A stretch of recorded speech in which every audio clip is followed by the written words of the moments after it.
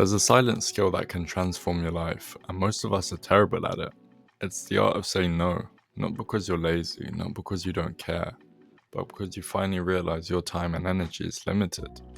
And once it's gone, it's hard to get it back. And I'll be real with you, this is something I still struggle with the most, especially at work.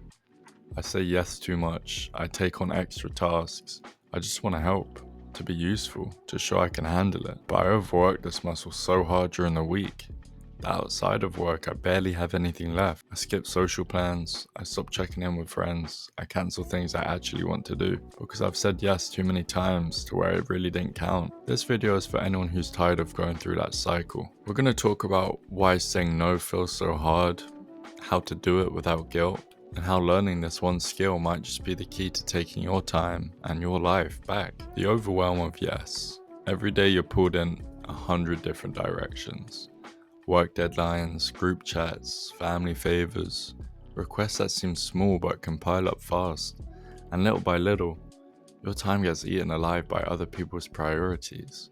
Saying yes feels easier in the moment, but over time, it will create chaos. You'll start to feel burned out, constantly behind, stretched thin of time, and honestly, you'll start to feel a lot of resent. The problem isn't always that you're doing too much, it's that you're doing too much of the wrong things. You say yes because you don't want to disappoint, but in doing that, you constantly disappoint yourself. We don't talk about that enough. And here's the thing, it's not selfish to say no, it's self-respect. Boundaries are not walls, they're filters.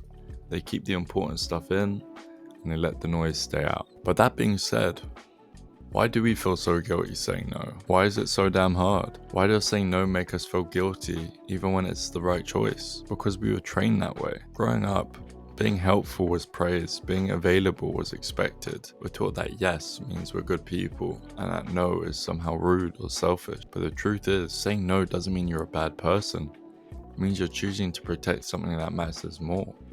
Your time, your focus, and your energy. That guilt is not proof that you're doing something wrong. It's just a signal that you're breaking an old pattern. Let it be uncomfortable, and then let it pass.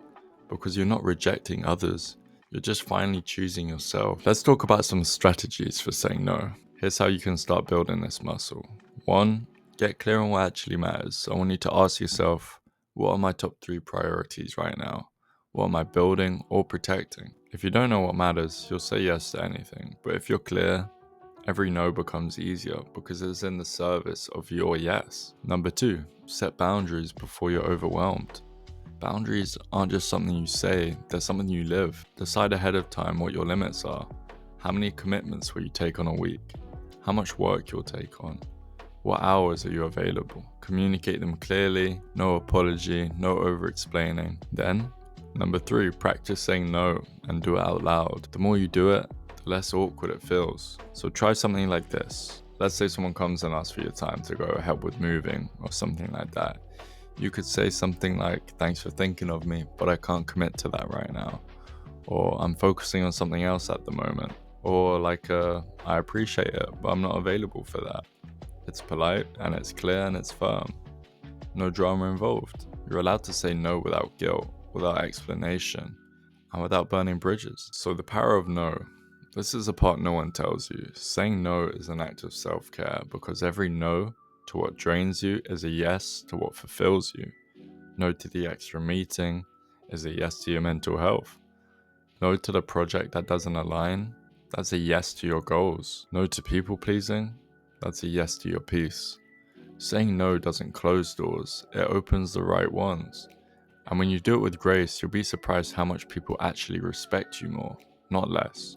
Because clear boundaries communicate one thing loud and clear. You value your time, and that means your time is worth something. So living a life of no, here's the real key. This isn't a one-time decision. Saying no is a practice. It takes regular check-ins with yourself. Is this aligning with my goals? Am I doing this because I want to, or because I feel obligated? Because every week, something will test your boundaries. And every time you say no from a place of clarity, you get stronger. You reclaim a little more of your time. And slowly, your calendar stops being a list of obligations and starts becoming a reflection of your values. More time, more energy, more space for what truly matters. That's the power of no. So if you're tired of feeling overwhelmed, exhausted, and behind on your own life, maybe it's time to stop saying yes to everything. Start small, with one no at a time. Because saying no isn't rejection, it's redirection towards the life you actually want to live. Thank you guys for watching. I appreciate you for your time, and I'll see you in the next one. Take care.